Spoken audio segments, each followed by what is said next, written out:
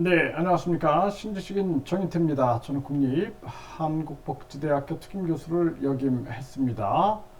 네, 예물, 예금, 자동차, 주택 왜 안 줘? 네, 이런 이유로 남편을 살해했다라는 건데요. 이 있을 수 없는 일입니다. 그래서 이 나라가 완전히 이 금전 제국주의, 금전 만능주의에 빠져가지고 예물, 예금, 자동차, 주택 이런 물질 만능주의에 빠져 있는 겁니다. 네, 이거로 남편을 살해한다라는 게 말이 안 되는 거예요. 결혼 자체가 잘못된 결혼이죠. 이런 결혼은. 네, 그래서 네, 예물, 집, 안조, 혼인신고 3주 만에 20살 연상 남편을 살해한 20대. 네, 이게 참 가슴 아픈 일이 아닐 수가 없습니다. 이게, 아, 참, 결국에는 결혼이라는 것은 사랑과 인생, 사랑, 인생, 그리고 신뢰가 바탕이 되는 건데, 사실상 이러한 물질이 조건이었다. 이 20살 연상이다. 이렇게 얘기를 하는데, 참 안타깝습니다. 네. 이게 이제 뭐 제 주변에서도 보면은 연세가 한 60대가 되셨는데 이 국제 결혼을 20대 분들하고 하는 경우가 있어요. 20대. 제가 말리거든요. 예, 말립니다. 결혼이라는 것은 사랑과 믿음과 그리고 존경, 그리고 인생을 함께 한다라는 큰 의미가 담겨 있는 건데, 60대 분이 이게 사랑이다, 뭐 이게 막 엉뚱한 얘기를 하세요. 네, 그래서 참 이게 설득하는 게 쉽지가 않습니다. 이게 자기 생각에 빠져 있으면은, 네, 그래서 이분은 이제 한국 분으로 보이는데요. 네, 21살인데 40대 남편을 살해를 한 거죠.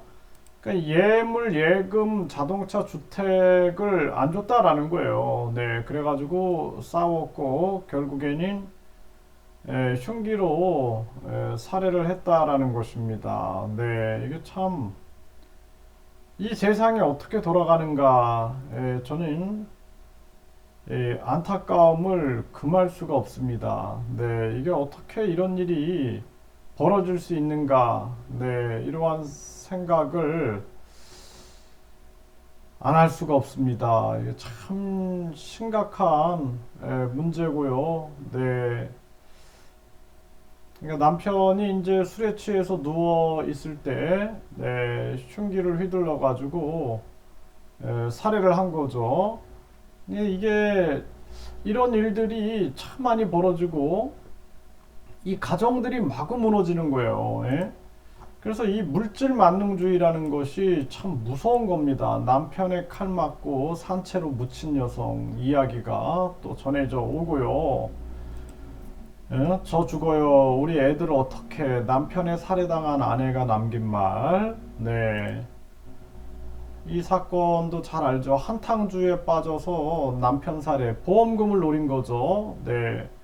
결국엔 무기징역이 구형이 됐고, 이러한 사건들이 계속 터지고, 남편 살해 후 뺨만 때렸다는 아내, 거실에선 피 묻은 빗자루, 돈을 안 벌어온다 해가지고 남편을 때린 거예요. 그래서 남편이 직장도 없고 돈을 벌어오지 않아 다투다가 피가 났다 이런 식으로 하는데 살해가 된 거죠.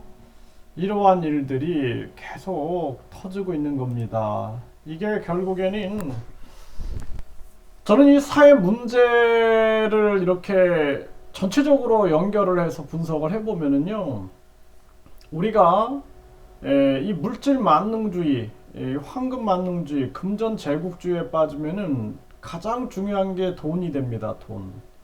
사람이 살아가면서 중요한 게 삶의 의미거든요. 삶의 의미가 있어야 되는데 이 삶의 의미 없이 이렇게 물질에 빠져가지고 이런 일들이 벌어진다라는 것은 참 가슴 아픈 일입니다. 그리고 우리나라가 지금부터라도 교육을 1류대, 2류대, 3류대, 지방대 해서 대학 서열화를 빨리 중단하고 입시 위주의 교육이 아닌 학생들에게 인성교육과 더불어서 그 학생들이 가지고 있는 재능 그리고 개성 이것들을 꽃피워 줄 수 있는 그러한 교육으로 전환돼야 된다라는 거예요.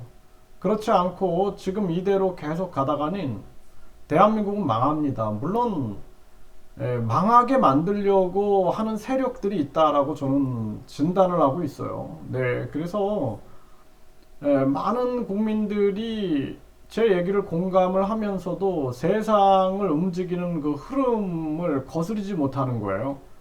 그래서 저는 한국 정치 상황도 제가 분석을 하면서 절망스러운 게 완전히 기득권 유지를 위해서 정당 보조금, 선거 보조금, 선거 보정금, 특할비 이런 것들을 배정해 놓고 국민 세금들로 자기들의 계속된 지배를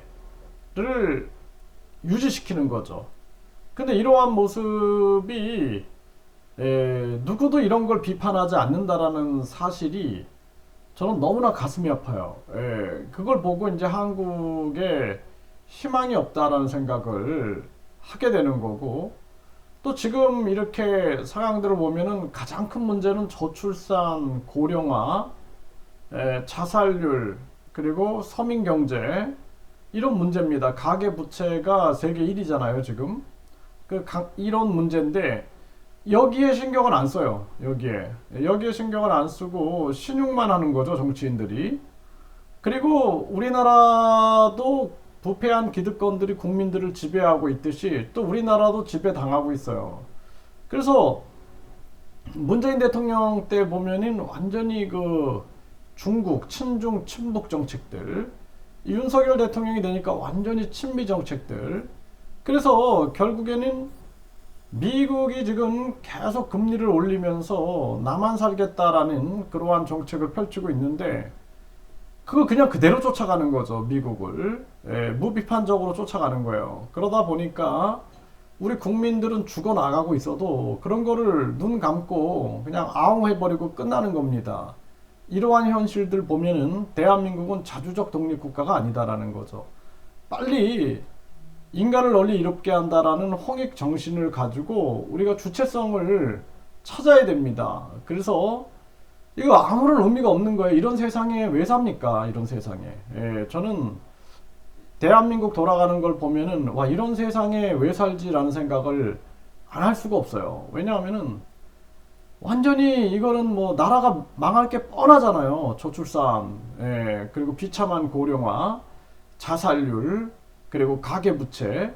그런데도 이걸 즐기고 있는 세력들이 있다라는 거죠. 그게 무시무시한 거고 국민들은 내일도 생각을 못하는 거예요. 내일도 그냥 하루하루 살아가고 있는 그러한 서민들이 많은 거고 중산층들도 붕괴되고 있는 거죠. 그럼에도 불구하고 정치인들은 권력 다툼만 하는 거죠. 왜? 그 위에 있으면은 안전하고 돈방석에 앉아 있을 수가 있기 때문이죠. 그래서 우리 사회가 완전히 물질 만능주의에 빠져가지고 이렇게 타락했다라는 거예요. 타락이다라고밖에 진단을 내릴 수가 없습니다. 심각한 문제가 아닐 수가 없습니다.